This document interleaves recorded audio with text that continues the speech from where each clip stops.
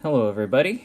In the last video we looked on the calculator, on the graphing calculator, at the graphs of secant of x and cosecant of x.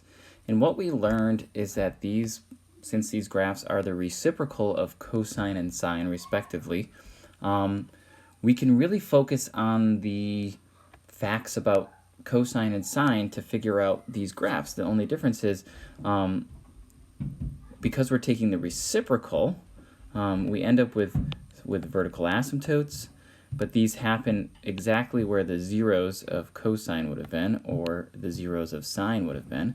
And our range, instead of going between -1 and 1 divided by numbers between 0 and 1, or -1 and 1, end up being values that are bigger outside of that window for both functions, okay? And because it's the reciprocal, again, there are no x-intercepts for either function.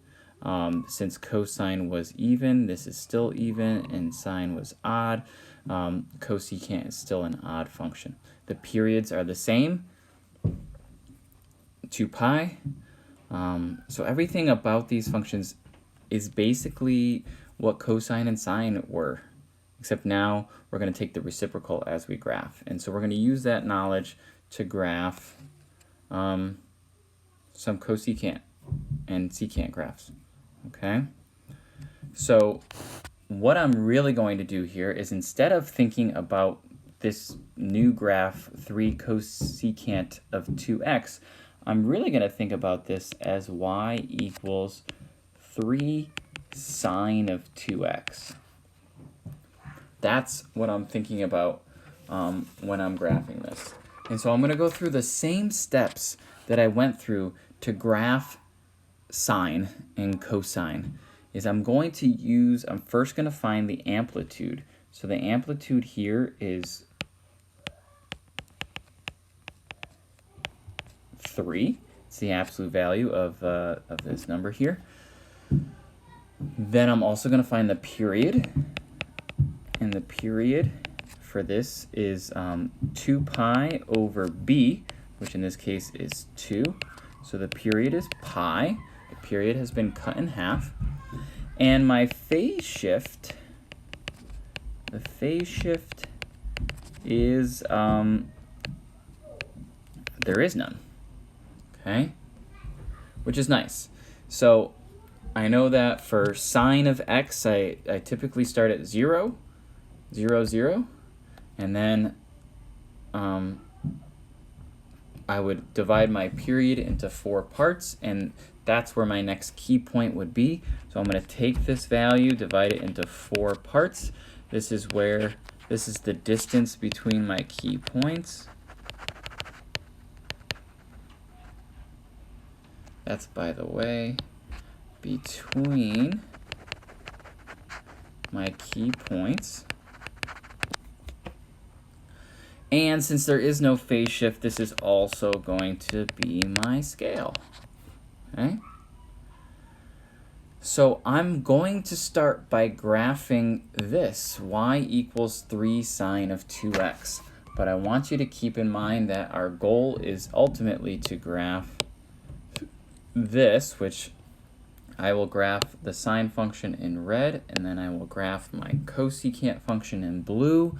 I will eventually erase the red graph, and I will just be left with my cosecant function, okay? So here's my graph, and let's not lose sight of what I'm really graphing here, which is 3 cosecant of 2x.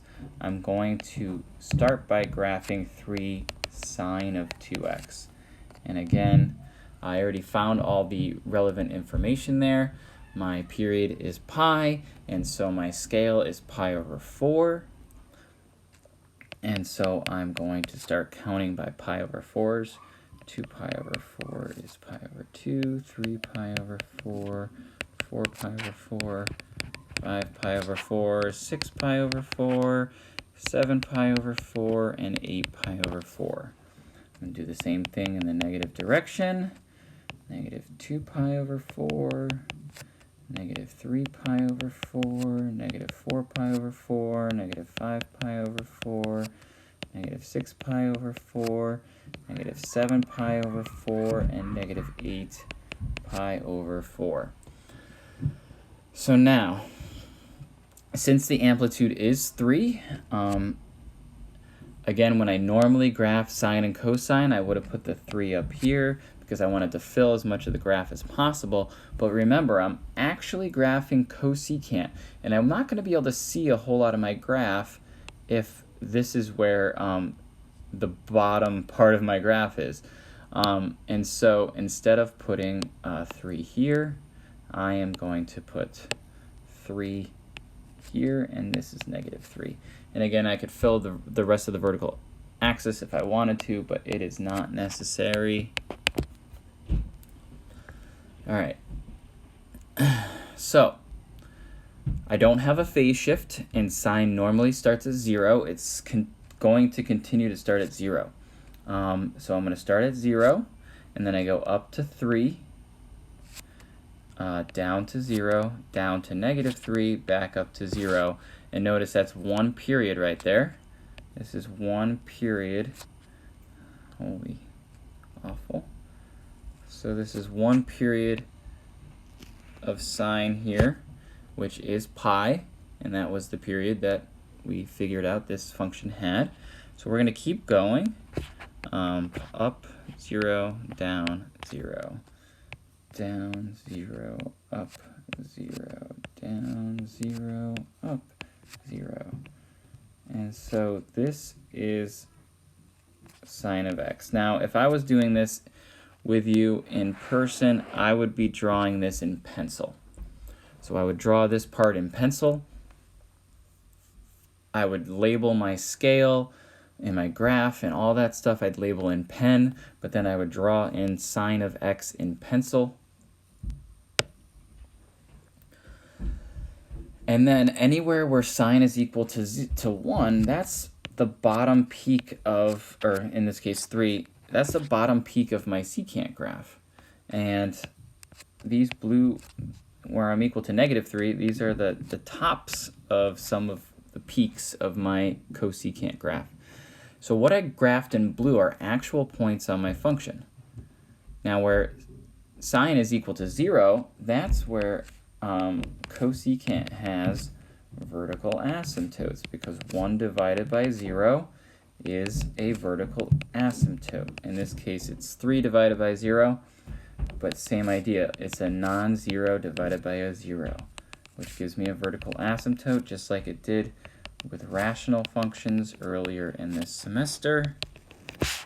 And so these are all the vertical asymptotes, and I'm drawing them in because they're part of the graph. They're dotted lines because they're not actually points on the graph that you would see, but they are part of the graph when we graph by hand. Okay? And so then from there, all I'm going to do is I'm going to swoop down and touch these points, or swoop up. And these kind of look like parabolas here. I'm not entirely all that concerned with exactly what these look like and any other points that they hit. This is all I care about. It's right here, that you have the right scale, that you have the right points, and then you can go through and you can erase your sine function from the graph, which is making me pretty much erase my scale at the same time. So I'd have to go back in and fix some of these.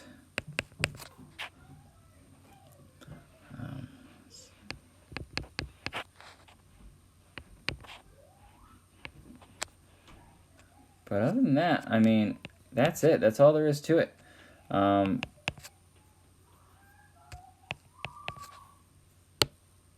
then I did erase some of the actual graph itself. I just want you to hit these key points here. And have the asymptotes in there, because that's part of our key points, right? The asymptotes were where sine was equal to 0, and the other key points are where sine was equal to 1 or negative 1, in this case 3 or negative 3. So there's my graph of cosecant of x. In the next video, we will graph a secant function.